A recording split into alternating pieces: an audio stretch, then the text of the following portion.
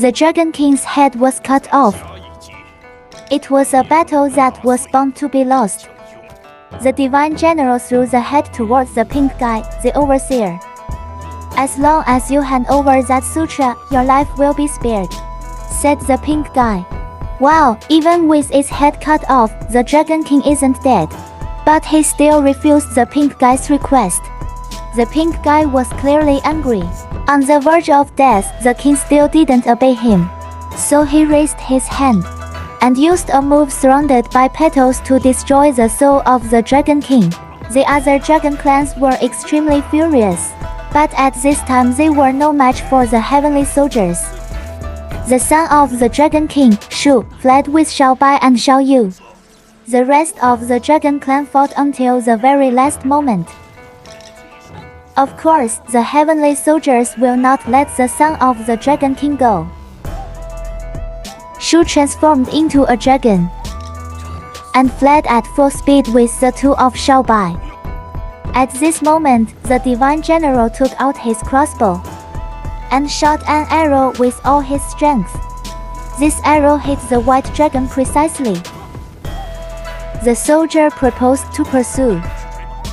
The divine general said that the white dragon would surely die after being hit by this arrow, so there was no need to chase.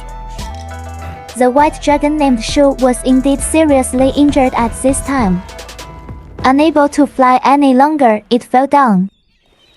They fell into a forest and were in a coma. By this time, the heavenly soldiers in the dragon palace had killed all the dragons. The pink guy ordered to look for that sutra. Don't know how long it had been, but Xiaobai woke up. However, Xiaoyu was still in a coma, and Shu was also seriously injured. The scene shifts to the dragon palace. The pink man didn't find the sutra. Since the dragon people are good at magical transformation, he suspects that the sutra has been transformed into something else and hidden. And that's exactly what happened. Shu used magic to turn Xiaoyu into a lotus flower. He told Xiaobai that Xiaoyu herself was the sutra that had been lost 16 years ago. Shu continued. 26 years ago, 5 people were entrusted by the gods to seek scriptures in the Western paradise. They believed that bringing the scriptures back to the Middle Earth would bring well-being to everyone. The 5 people overcame numerous difficulties and obstacles, completed the task, and brought the scriptures to Indra. As for the scripture itself, it is actually a flame. Only those with predestined relationships can see the truth of the world from the firelight. But Indra was not the right person, and he couldn't see through the flame clearly. So a god stepped forward and snatched it away. This god is named Tathagata. However, after this battle, Tathagata was seriously injured. So he brought the scriptures to the Dragon King and asked him to keep it. He asked the Dragon King to protect the scriptures well and then disappeared. Gradually, this spiritual flame also learned to cultivate and turned into a young girl, which is Xiaoyu. Shu told Xiaobai that if Xiaoyu fell into the hands of Indra, she would surely die. He asked Xiaobai to protect Xiaoyu well. The only way was to take Xiaoyu back to the Western paradise, which was the safest place for her. He asked Xiaobai to go to Chang'an City and look for a man named Tan Sanzan. It was this man who brought Xiaoyu from the Western paradise, and he knew how to take her back. But at this moment, a pursuer discovered the two of them. The scripture is indeed in your hands, said the pursuer. At this time, Shu fought with all his might, attempting to repel the enemy.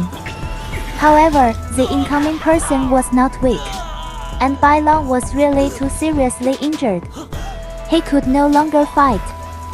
To protect Xiaoyu, to ensure that Xiaobai can reach the Western paradise smoothly, and also to prevent the sacrifice of his father and clansmen from being in vain, He left all of his dragon soul and power to Xiaobai. Xiaobai felt that his whole body was being burned by flames. He felt that he still couldn't control this powerful force.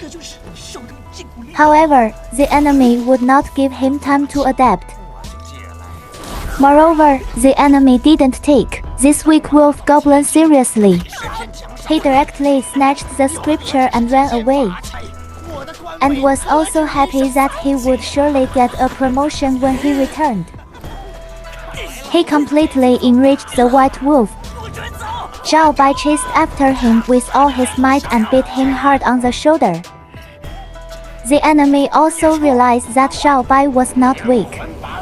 He took out his magic weapon, a pagoda, and was going to crush Xiaobai to death inside the pagoda. Xiaobai resisted with all his strength, but was still suppressed by the pagoda. The power of this pagoda is so strong that it can extract the blood and power of the people locked inside. The enemy flew to the top of the pagoda complacently, waiting for the fruits of victory to appear. As time passed, blood began to seep out of the pagoda. But at the same time, a golden dragon-shaped light also emanated. It tore the pagoda apart.